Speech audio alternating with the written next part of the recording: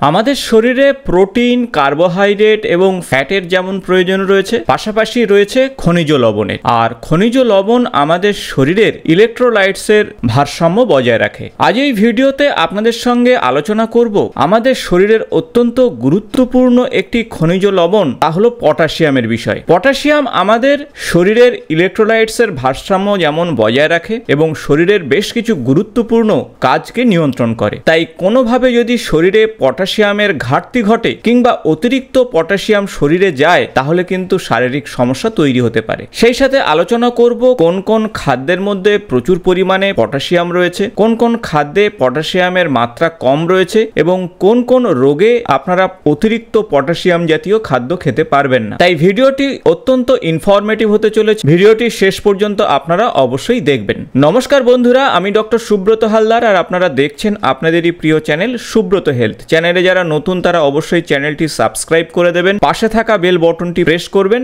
Video ভালো লাগলে বন্ধুদের সঙ্গে অবশ্যই শেয়ার করবেন। আমাদের শরীরের গুরুত্বপূর্ণ ইলেকট্রোলাইটসের মধ্যে অন্যতম হলো পটাশিয়াম। যদি শরীরে পটাশিয়ামের মাত্রা বেশি হয়ে যায় তাকে হাইপার ক্যালেমিয়া বলা হয়, আর পটাশিয়ামের মাত্রা যদি কম হয় তাহলে হাইপোক্যালেমিয়া বলে। আমাদের শরীরে পটাশিয়ামের মাত্রা 3.6 to 5.2 মিলিমোলস পার লিটার থাকা উচিত। যদিও বিভিন্ন ল্যাবরেটরির কিট অনুযায়ী সামান্য তফাৎ থাকে, কিন্তু এই পটাশিয়ামের মাত্রা যখন অতিরিক্ত হয়ে যায় শরীরে, অর্থাৎ 3.5 to 5.9 চলে যায়, তখন কিন্তু তাকে মাইল্ড হাইপার ক্যালেমিয়া বলা হয় এবং 6 to 6.4 মিলিমোল পার লিটার যখন হয়ে যায় তখন তাকে মডারেট হাইপার ক্যালেমিয়া এবং 6.5 এর উপরে চলে গেলে তাকে সিভিয়ার হাইপার ক্যালেমিয়া বলা হয়। যখন 7 মিলিমোল পার লিটারের উপরে পটাশিয়ামের মাত্রা চলে যায় তখন কিন্তু প্রাণ সংশয় হতে পারে, তাকে লাইফ থ্রেটনিং হাইপার ক্যালেমিয়া বলে। ঠিক অন্যদিকে 3 to 3.5 মিলিমোল পার লিটার যখন পটাশিয়ামের মাত্রা নেমে যায় তাকে মাইল্ড হাইপোক্যালেমিয়া বলা হয় এবং 2.5 to 2.9 মিলিমোল পার লিটার যখন হয়ে যায় তখন মডারেট হাইপোক্যালেমিয়া এবং 2.5 মিলিমোল পার লিটারের নিচে যখন নেমে যায় তখন সিভিয়ার হাইপোক্যালেমিয়া বলে এবং 2 মিলিমোল পার লিটারের নিচে নেমে গেলে তা কিন্তু মৃত্যুর আশঙ্কাকে বাড়িয়ে দেয়। এখন প্রশ্ন হলো হাইপার ক্যালেমিয়া হয় কেন, অর্থাৎ পটাশিয়াম লেভেল বেড়ে যায় কেন? প্রথমত আমাদের কিডনির যদি কোনো সমস্যা হয়, আর এই কিডনির সমস্যার কারণে কিন্তু শরীরে পটাশিয়ামের মাত্রা বাড়তে পারে। বেশ কিছু মেডিসিন রয়েছে যেগুলোর কারণে কিন্তু পটাশিয়ামের মাত্রা বাড়তে পারে। সেক্ষেত্রে ACE inhibitors, ARBS, potassium sparing diuretics এবং NSAID অর্থাৎ ব্যথা নাশক কিছু ওষুধের জন্য পটাশিয়ামের মাত্রা বাড়তে পারে। তাছাড়া আপনার ডায়েট চার্টে যদি উচ্চ পটাশিয়ামযুক্ত খাদ্য প্রচুর পরিমাণে থাকে এবং পটাশিয়ামের সাপ্লিমেন্ট যদি আপনি ডাক্তারবাবুর পরামর্শ ছাড়াই খেয়ে ফেলেন, ওভার ইউজ করে ফেলেন, সেক্ষেত্রে পটাশিয়ামের মাত্রা বাড়তে পারে। এছাড়া অ্যাডিশন ডিজিজের জন্য অর্থাৎ অ্যাড্রিনাল ইনসাফিসিয়েন্সির কারণেও পটাশিয়ামের মাত্রা বাড়তে পারে। অনেক সময় টিস্যু ড্যামেজ হলে, যেমন যদি পুড়ে যায়, কোনো জায়গায় আঘাত পায় অথবা হেমোলাইসিস হয়, তাহলে কিন্তু পটাশিয়ামের মাত্রা বাড়বে এবং মেটাবলিক অ্যাসিডোসিসের জন্যও কিন্তু পটাশিয়ামের মাত্রা বাড়তে পারে। সেক্ষেত্রে যারা ডায়াবেটিসে ভুগছেন, ডায়াবেটিক কিটোসিসের সমস্যার কারণে পটাশিয়ামের মাত্রা বাড়তে পারে। ঠিক অন্যদিকে আমরা দেখে নেব পটাশিয়ামের মাত্রা কেন কমে। অনেক সময় আপনার ডায়েট চার্টে পটাশিয়াম সমৃদ্ধ খাদ্য কম থাকে, আর সে কারণে কিন্তু পটাশিয়ামের মাত্রা কমে যেতে পারে শরীরে। অনেক সময় অতিরিক্ত বমি, ডায়রিয়া, অতিরিক্ত ঘামের কারণে শরীর থেকে পটাশিয়াম বেরিয়ে যায়, বা ডাইউরেটিক্স বা ল্যাক্সেটিভ ইউজের জন্য হতে পারে। বেশ কিছু মেডিসিন খাওয়ার জন্য পটাশিয়ামের মাত্রা কমতে পারে, যেমন ফুরোসোমাইডস, থায়াজাইডস গ্রুপের মেডিসিন এবং কিছু অ্যান্টিবায়োটিকের ব্যবহারের জন্যও কিন্তু পটাশিয়ামের মাত্রা কমতে পারে। অনেক সময় হরমোনাল ডিসব্যালেন্সেও পটাশিয়ামের মাত্রা কমতে পারে। হাইপার অ্যালডোস্টেরন বা কুশিং সিনড্রোমের কারণে পটাশিয়াম কমে। ম্যাগনেসিয়াম ডেফিসিয়েন্সির কারণেও কিন্তু আপনার শরীরে পটাশিয়ামের মাত্রাও কমতে পারে এবং মেটাবলিক অ্যালকালোসিসের কারণে পটাশিয়ামের মাত্রা কমবে আপনার শরীরে। আমরা জেনে নিলাম কোন কোন কারণের জন্য পটাশিয়ামের মাত্রা কমে বা কোন কোন কারণের জন্য পটাশিয়ামের মাত্রা বাড়ে। এখন প্রশ্ন হলো পটাশিয়ামের মাত্রা ব্যালেন্স করার জন্য আমাদের খাদ্য তালিকার কি পরিবর্তন করা উচিত। প্রথমত বলবো যে আমাদের ডায়েটকে অ্যাডজাস্ট করতে হবে। যদি আপনার শরীরে পটাশিয়ামের মাত্রা কমে যায় তাহলে যে সমস্ত খাদ্যে প্রচুর পরিমাণে পটাশিয়াম রয়েছে সেই সমস্ত খাদ্য ডায়েট চার্টে রাখতে হবে। এবং সেই সাথে যারা পটাশিয়াম বৃদ্ধির জন্য বিভিন্ন মেডিসিন খাচ্ছেন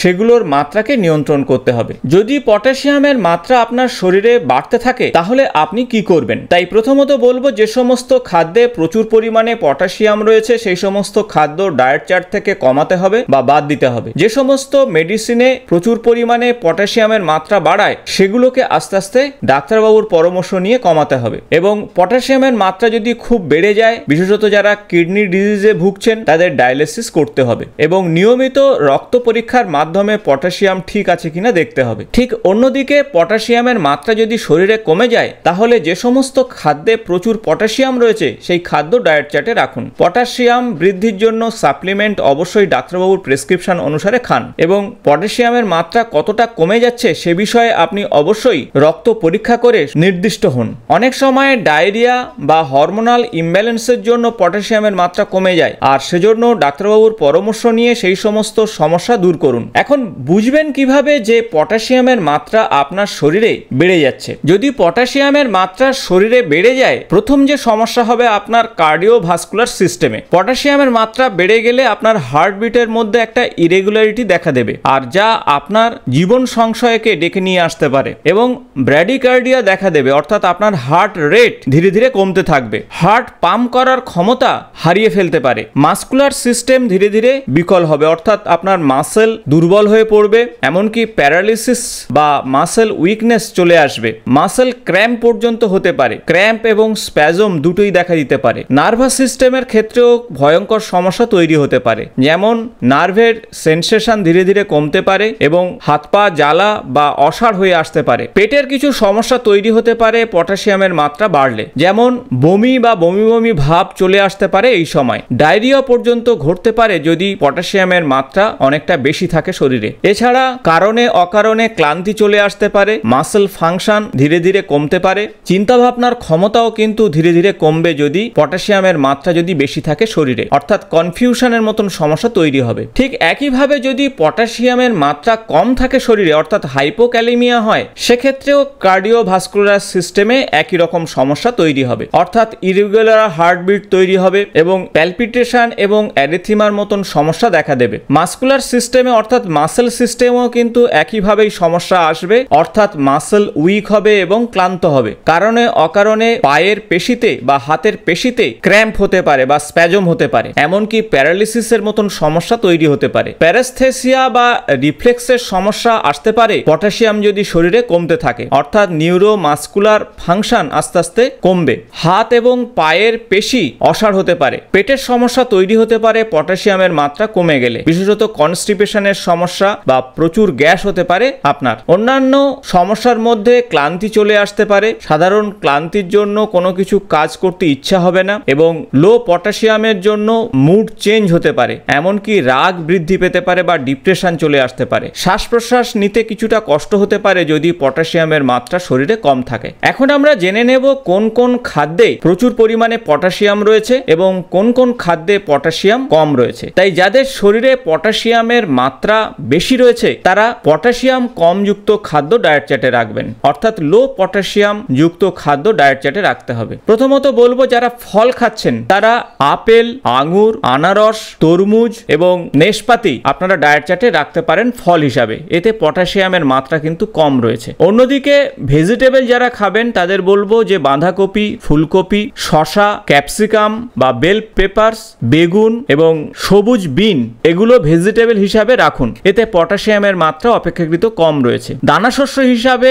ভাত খেতে পারেন, রুটি খেতে পারেন, সুজি বা মক্কা দানাশস্য হিসাবে আপনারা খেতে পারেন। ডেয়ারি প্রোডাক্ট হিসাবে বাটার এবং ঘি আপনারা ডায়েট চার্টে রাখতে পারেন এবং লো পটাশিয়াম যুক্ত চিজও আপনারা ডায়েট চার্টে রাখুন। ডাল শস্য হিসাবে আপনারা মুগ ডাল, ছোলার ডাল এবং মসুর ডাল আপনারা রাখতে পারেন অল্প করে। এছাড়া ডায়েট চার্টে হার্বাল টি বা মশলাযুক্ত চা ডায়েট চার্টে রাখুন, আর এগুলো আপনার পটাশিয়াম লেভেল লেভেলকে ঠিক রাখতে সাহায্য করবে। কিন্তু যাদের শরীরে পটাশিয়ামের মাত্রা কম রয়েছে তাদের ডায়েট চার্টে উচ্চ পটাশিয়ামযুক্ত খাদ্য রাখতে হবে। সেক্ষেত্রে পাকা কলা, আম, পেঁপে, কমলা লেবু বা লেবু জাতীয় ফল, বেদানা এবং পেয়ারা এই ফলগুলো ডায়েট চার্টে রাখলে পটাশিয়ামের মাত্রা ধীরে ধীরে ঠিক হবে। শাকসবজি হিসাবে পালং শাক, আলু, মিষ্টি আলু, টমেটো, মিষ্টি কুমড়ো এবং করলা ডায়েট চার্টে রাখলে আপনার পটাশিয়ামের মাত্রা ধীরে ধীরে ঠিক হবে। অন্যদিকে সিম্মগোত্রীয় যে সমস্ত খাদ্য যেমন মুসুর ডাল, চানা ডাল অর্থাৎ ছোলার ডাল, কিডনি বিনস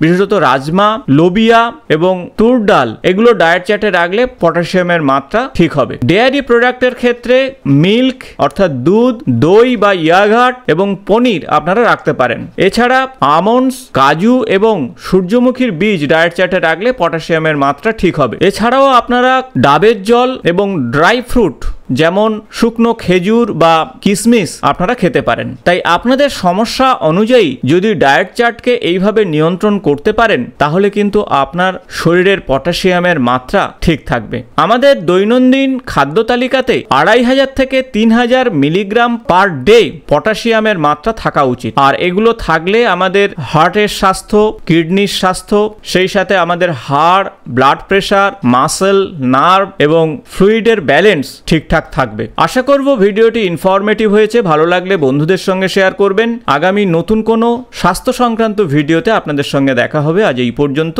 নমস্কার।